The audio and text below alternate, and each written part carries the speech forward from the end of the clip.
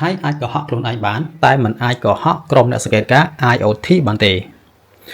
នៅព្រឹកថ្ងៃអាទិត្យទី28ខែកញ្ញាឆ្នាំ2025ក្រសួងការពារជាតិនៃប្រជាជាតិកម្ពុជាបានសម្របសម្រួលជូនអ្នកអង្កេតការណ៍អន្តរកាល IoT ដឹកនាំដោយប្រទេសម៉ាឡេស៊ីរួមនឹងសមាជិកបានអញ្ជើញចុះត្រួតពិនិត្យទីតាំងជាក់ស្ដែងដែលរងផលប៉ះពាល់នៃការវាយប្រហារចំនួន2លើកដោយសារយោធាថៃតាមរយៈការបាញ់គំលើត្បាល់និងកំភ្លើងដៃជាច្រើនមកលើមូលដ្ឋានកងទ័ពកម្ពុជានៅតំបន់អានសេះខេត្តព្រះវិហារកាលពីថ្ងៃទី27ខែកញ្ញាឆ្នាំ2025ដើម្បីធ្វើការសង្កេតផ្ទៀងផ្ទាត់និងរាយការណ៍ក្រោយបទចុះបាញ់ចូលជាធរមានការចុះពិនិត្យទីតាំងជាក់ស្ដែងនេះធ្វើឡើងមួយថ្ងៃក្រោយពីយោធាថៃបានចាប់ផ្ដើមធ្វើការប្រហារមុនមកលើទីតាំងកងកម្លាំងកម្ពុជានៅតាមតំបន់អានសេះស្ថិតក្នុងភូមិអានសេះឃុំចំខ្សានស្រុកចំខ្សានខេត្តព្រះវិហារនៅវេលាម៉ោងប្រមាណ 11:52 នាទីព្រឹករហូតដល់ម៉ោង 12:56 នាទីរសៀលមានចំនួន2លើកលើកទី1បានបាញ់ប្រហារនៅម៉ោង 11:52 នាទីដល់ម៉ោង 12:22 នាទីនិងលើកទី2បានចាប់ផ្ដើមបាញ់ប្រហារនៅម៉ោង 12:25 នាទីដល់ម៉ោង 12:46 នាទីនៅក្នុងហេតុការណ៍ដែលយោធាថៃបានបង្កឡើងខាងលើកងកម្លាំងកម្ពុជាមិនបានតបតឡើយគឺបានប្រកាន់នៅគោលការណ៍អត់ធ្មត់កម្រិតខ្ពស់និងអនុវត្តកិច្ចព្រមព្រៀងបទចុះបាញ់រវាងកម្ពុជានិងថៃដែលចូលជាធរមាននៅម៉ោង 24 ម៉ោងក្នុងតំបន់ជាមួយគ្នានេះកម្ពុជាសូមសម្ដែងនៃការព្រួយបារម្ភយ៉ាងខ្លាំងចំពោះការបង្កហេតុនិងការបន្តផ្ទុះអាវុធនៅខាងភាគីថៃខ្លួនឯងហើយនៅថ្ងៃទី27ខែកញ្ញាឆ្នាំ2025នៅវេលាម៉ោង 11:52 នាទីថៃបានបើកការវាយប្រហារមកលើកងកម្លាំងកម្ពុជាប៉ុន្តែភាគីថៃបែរជាចោទមកកម្ពុជាថាបានផ្ទុះអាវុធទៅវិញសកម្មភាពទាំងអស់នេះអាចប៉ះពាល់ដល់ការគោរពនិងការអនុវត្តបទចុះបាញ់ព្រមទាំងធ្វើឲ្យស្ថាប័នរឹតតែតានតឹងនិងស្មុគស្មាញក្នុងន័យនេះកម្ពុជាស្នើឲ្យភាគីទាំងពីរអនុវត្តឲ្យក្រុមអ្នកអង្កេតការណ៍អន្តរកាល IoT ចូលរួមត្រួតពិនិត្យនិងធ្វើកោសលវិច័យទៅលើភស្តុតាងនានាដែលបានបន្សល់ទុកក្រោយពេលមានការបាញ់ប្រហារឲ្យបានហ្មត់ចត់សម្ដៅផ្ដល់ព័ត៌មានពិតសុចរិតភាពកណន័យភាពតម្លាភាពយុត្តិធម៌និងភាពត្រឹមត្រូវដល់ភាគីទាំងសងខាងផងនិងដល់សាធារណជនរួមជាតិនិងអន្តរជាតិផងបាទអញ្ចឹងដោយបងប្អូនបានដឹងហើយថាភាគីថៃនឹងតែងតែចោទយើងជានិច្ចបាទតាមផេកផ្លូវការរបស់សម្ដេចតេជោហ៊ុនសែនសម្ដេចបានទសេលើបណ្ដាញសង្គមថាដើម្បីធានានូវសុចរិតភាពតម្លាភាពអព្យាក្រឹតនិងភាពជឿទុកចិត្តបានខ្ញុំសូមជូនយោបល់ទៅថ្នាក់ដឹកនាំកងទ័ពម៉ាឡេស៊ីដែលជាប្រធាននិងសមាជិកមកពីបណ្ដាប្រទេសអាស៊ាននៃក្រុម IoT ធ្វើនៅកិច្ចការពីរយ៉ាងទី1ធ្វើកោសលវិច័យគ្រាប់ព្រោះប្រទេសទាំងពីរមានប្រើប្រាស់គ្រាប់ខុសគ្នាទី2វាជាចំណុចសំខាន់គឺចុះត្រួតពិនិត្យទីតាំងគ្រាប់ធ្លាក់គេនឹងអាចដឹងថាគ្រាប់បាញ់ចេញពីទិសដៅណាបាញ់ចេញពីកម្ពុជាទៅថៃឬថៃបាញ់មកកម្ពុជាគេមិនអាចទៅបង្វិលរដូវគ្រាប់បានទេសហរដ្ឋអាមេរិកបដិញ្ញាធ្វើការជាមួយកម្ពុជាដើម្បីកសាងនៅតំបន់ Indo-Pacific ដែលមានសុវត្ថិភាពនិងវិបុលភាពភ្នំពេញគណៈប្រតិភូសហភាពសហរដ្ឋអាមេរិកដឹកនាំដោយលោក Adam Smith សមាជិកសភាប្រចាំរដ្ឋ Washington បានអះអាងថាអាមេរិកចង់ឃើញនៅការគោរពបទចុះបាញ់លើចំនួនព្រំដែនរវាងកម្ពុជាថៃនិងប្រែក្លាយចំនួនឲ្យទៅជាសន្តិភាពរឹងមាំនិងយូរអង្វែងការបញ្ជាក់របស់គណៈប្រតិភូសហភាពសហរដ្ឋអាមេរិកបានធ្វើឡើងក្នុងពេលជំនួបជាមួយសម្ដេចបវរធិបតីហ៊ុនម៉ាណែតនាយករដ្ឋមន្ត្រីនៃប្រជាណាចក្រកម្ពុជានៅវិមានសន្តិភាពនៅថ្ងៃទី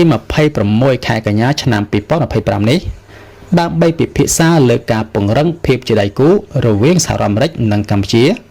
និងជំរុញអត្ថិភាពក្នុងការរក្សានូវសន្តិសុខសន្តិភាពនិងការអភិវឌ្ឍសេដ្ឋកិច្ចសេចក្តីប្រកាសរបស់ស្ថានទូតអាមេរិកបានឲ្យដឹងថាគណៈប្រតិភូសហភាពដឹកនាំដោយលោក Adam Smith បានគូសបញ្ជាក់ថាសហរដ្ឋអាមេរិកចង់ឃើញនៅការគោរពបទឈប់បាញ់លើចំនួនព្រំដែននិងប្រែក្លាយឲ្យទៅជាសន្តិភាពរឹងមាំនិងយូរអង្វែងក្នុងដំណើរទស្សនកិច្ចមកកាន់កម្ពុជាលោកសមាជិកសភា Smith ក៏បានជួបប្រជុំជាមួយនាយករដ្ឋមន្ត្រីនិងរដ្ឋមន្ត្រីក្រសួងការពារជាតិទាសីហាដើម្បីពិភាក្សាអំពីសន្តិសុខលំហសមុទ្រការប្រយុទ្ធប្រឆាំងបទល្មើសឆ្លងដែននិងការធានានៅតំបន់ Indo-Pacific មានសេរីភាពនិងបើកចំហ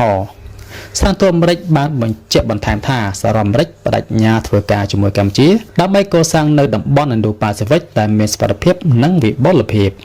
គណៈប្រតិភូសហរដ្ឋអាមេរិកដឹកនាំដោយលោក Adam Smith សមាជិកសភាប្រចាំរដ្ឋ Washington បានវាយតម្លៃខ្ពស់ចំពោះវឌ្ឍនភាពនៃទំនាក់ទំនងកម្ពុជាសហរដ្ឋអាមេរិកនារសៀលថ្ងៃទី26ខែកញ្ញាឆ្នាំ2025នៅវិមានសន្តិភាពសម្ដេចបវរធិបតីហ៊ុនម៉ាណែតបានអនុញ្ញាតឲ្យគណៈប្រតិភូសភាសហរដ្ឋអាមេរិកដឹកនាំដោយលោក Adam Smith សភាប្រចាំរដ្ឋ Washington រួមដំណើរជាមួយលោក Michael Baumgartner សមាជិកសភាប្រចាំរដ្ឋ Washington និងលោកស្រី Chrissy Houlihan សមាជិកសភាប្រចាំរដ្ឋ Pennsylvania ចូលរួមសម្ដែងការគួរសមនិងពិភាក្សាការងារក្នុងឱកាសនៃជំនួប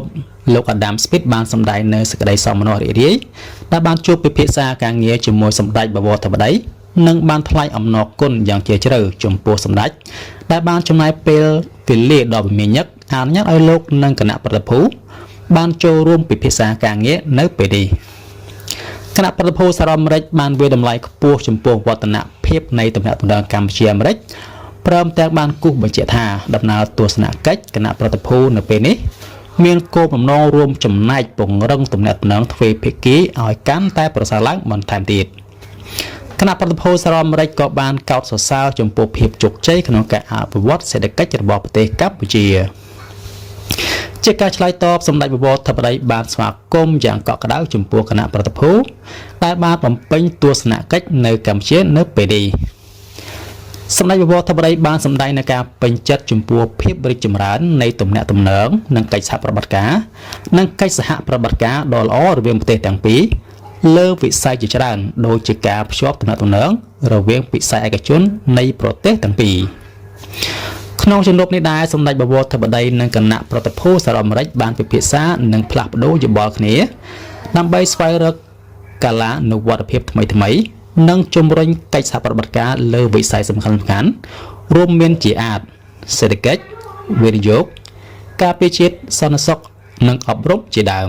ពាក់ព័ន្ធទៅនឹងបញ្ហាព្រំដែនកម្ពុជាថៃសម្ដេចបវរធិបតីបានថ្លែងអំណរគុណចំពោះលោកប្រធានាធិបតី Donald J. Trump ដែលបានសម្របសម្រួលឲ្យមានបទច្បាញ់រវាងកម្ពុជានិងថៃបានឆាប់រហ័សដែលបានជួយសង្គ្រោះអាយុជីវិតមនុស្សជាច្រើននិងបានជម្រាបជូនគណៈប្រតិភូសភារដ្ឋអាមេរិកអំពីបច្ចុប្បន្នភាពនៃការវិវត្តស្ថានភាពព្រំដែនកម្ពុជាថៃព្រមទាំងបានគូបញ្ជាក់ពីជំហររបស់កម្ពុជាក្នុងការដោះស្រាយបញ្ហាព្រំដែនជាមួយភាគីថៃដោយសន្តិភាពផ្អែកលើកិច្ចព្រមព្រៀងទ្វេភាគីអនុសញ្ញានិងសន្ធិសញ្ញាដែលមានស្រាប់និងច្បាប់អន្តរជាតិ